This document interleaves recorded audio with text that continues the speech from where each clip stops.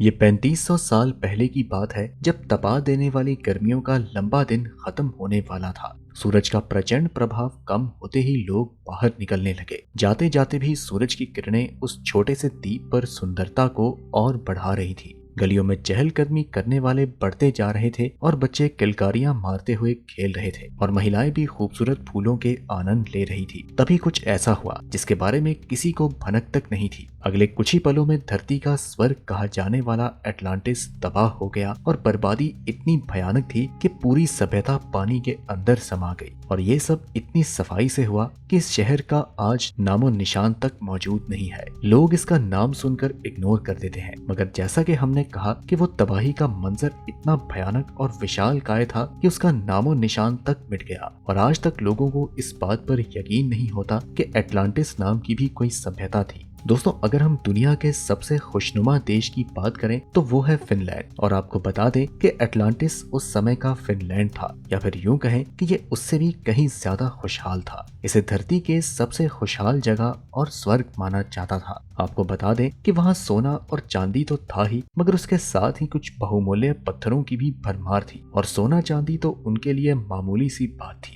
Atlantis के पास लुभावने बगीचे और जलमार्ग थे। उनके घर और पब्लिक प्लेसेस काफी भव्य थी और उनकी टेक्नोलॉजी इतनी एडवांस थी कि अपने हाई टेक मशीनों से वो धरती के सभी ऊर्जा स्रोतों को नियंत्रित करके काम में ला सकते थे। और यहाँ तक कि मौसम और कुछ प्राकृतिक आपदाओं पर भी उनका थोड़ा बहुत नियंत्रण था। मौसम पर नियंत्रण करके उन्होंने फसलों का खूब उत्पादन किया और इसी तरह अटलांटिस दिन ब दिन तरक्की की ओर बढ़ता जा रहा था। लेकिन एक दिन प्रकृति के कहर ने इस समृद्ध और स्वर्गनुमा शहर को तहस नहस करके समुद्र की गहराइयों में हमेशा के लिए डुबो दिया। और उस दिन अटलांटिस अपने साथ बेहद उन्नत सभ्यता को ले जा रहा था जिसे हम शायद कभी भी नहीं देख सकेंगे। जिस द्वीप पर अटलांटिस सभ्यता रहती थी वहाँ दूर दूर तक हरे भरे मैदान थे। इसके अलावा जमीन भी बहुत उपजाऊ थी, जहां इंसानी जीवन और प्रकृति परफेक्ट बैलेंस में थी। कोई किसी के ऊपर हावी नहीं था। चारों तरफ बड़ी तादाद में पशु पक्षी थे और बगीचों में फल भी थे। इस शहर को पंच क्षेत्र में बनाया गया था, जिससे कि आप समझ सकते हैं कि यहाँ का मैनेजमेंट और पॉलिटिकल कल्चर भी बिना किसी रंजिश के रहा था।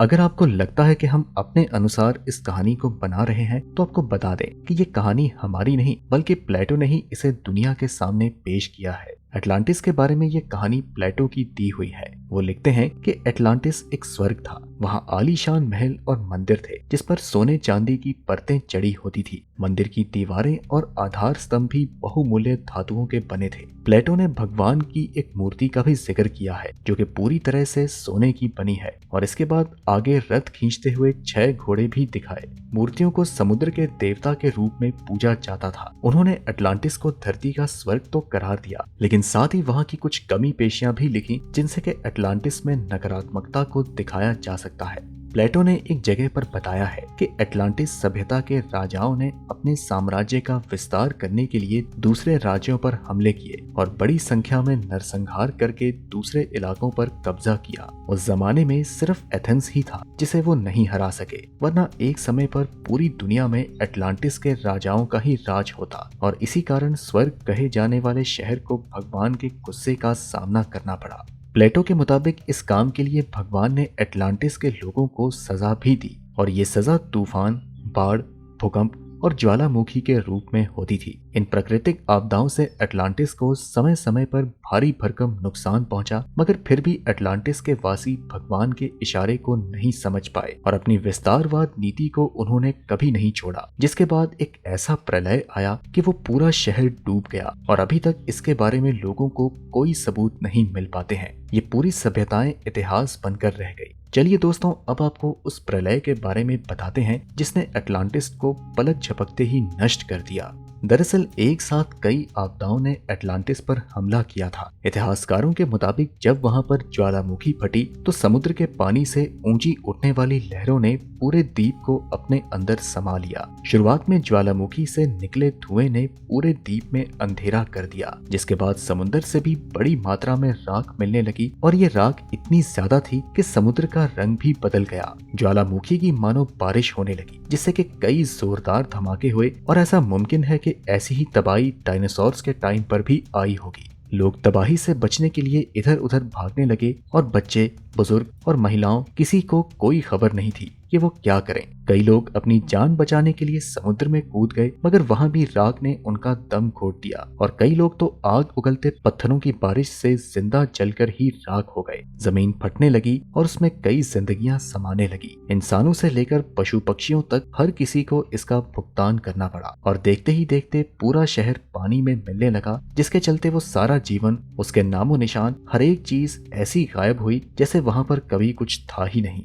प्लेटो की इस कहानी पर इतिहासकारों ने कई सवालिया निशान उठाए। उनका कहना है कि प्लेटो की कही बातों को किस आधार पर सच माना जाए। दरअसल दोस्तों, प्लेटो की ये बात पीढ़ी दर पीढ़ी चलती आई है। उनकी बात का मुख्य आधार उनका एक रिश्तेदार क्रिशियस था, जिसका कहना था कि उसने अपने दादा रॉबिरस से इसके बारे में सुना था। रॉबिरस और उसके बाद के लोगों तक ये कहानी सोलो से पहुंची और सोलो का जिक्र 640 ईस्वी से 558 ईस्वी के बीच में आता है। कहा जाता है कि उस समय उनका बड़ा सम्मान किया जाता था और उनकी कई बातों को सच मान लिया जाता था। मगर यहाँ आपको बता दें कि इतने सालों बाद भी वैज्ञानिक इस घटनाक्रम की तह तक नहीं पहुंच सके हैं। केवल अंदाजा ही लगाया जा सकता है कि उस समय 500 से 1000 एटम बम फटने जैसी स्थिति पैदा हुई थी, जिसके चलते पूरी सभ्यता का सफाया हो गया और वो भी इतने बड़े स्तर पर कि आज तक उसका कोई सबूत नहीं मिल सका है। उम्मीद की किरण के रूप में जानकारों के पास केवल एक ही द्वीप है, जिसे प्राचीन ग्रीस में कैलिस्टिक कहा जाता था। वैज्ञानिकों का कहना है कि कैलिस्टिक ही एकमात्र ऐसा द्वीप है जो कि अटलांटिस के बारे में कुछ जानने की संभावनाएं बनाए रखता है। हालांकि अभी तक यहाँ से कोई भी सटीक जानकारी नहीं प्राप्त हो सकी है। कुछ इतिहासकार कहते हैं कि स्वयं सोलो ने ही इस कहानी को पुख्ता नहीं बताया था। सोलो के हवाले से कहा जाता है कि ये कहानी पूरी तरह से सच नहीं है और उन्होंने ये बात इजिप्ट के एक धर्मगुरु से सुनी थी, जिसके बाद में उन्होंने इसे एक कविता के रूप में बदल दिया। हालांकि जहाँ तक प्लेटो का सवाल है, उनके द्वारा लिखी हुई बात ऐतिहासिक कम और दार्शनिक ज्यादा लगती है।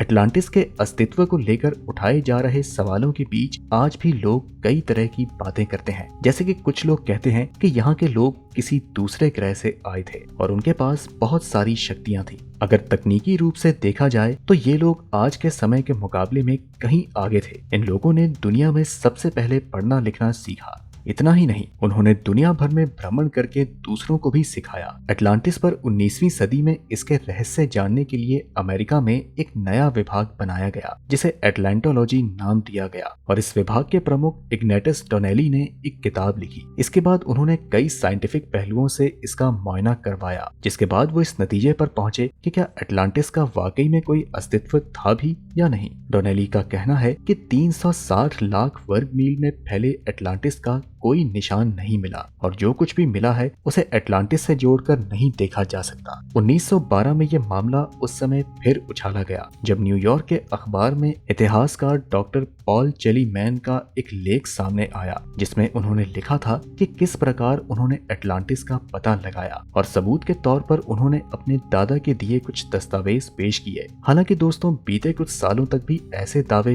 होते रहे हैं। बहरहाल, प्लेटो की ये बात सच है या झूठ, पर एक सवाल आज भी एक रहस्य है कि क्या कोई प्रलय ऐसा भी हो सकता है जो कि पूरी की पूरी सभ्यता को ही ले डूबे, और क्या आने वाले वक्त में हमारा हश्र भी अटलांटिस जैसा ही होगा और आने वाली पीढ़ी हमारे निशान पढ़ते हुए कहेगी कि उस समय के लोग हमसे कई गुना आगे थे। तो दोस्तों, समय का कुछ नहीं कहा जा सकता। आज जो हम अटलांटिस की वीडियो देख रहे हैं, कहीं एक दिन हम खुद ही अटलांटिस ना बन जाएं। तो आज की इस वीडियो में इतना ही। हम मिलते हैं आपसे अगली वीडियो में। तब तक के लिए नमस्कार।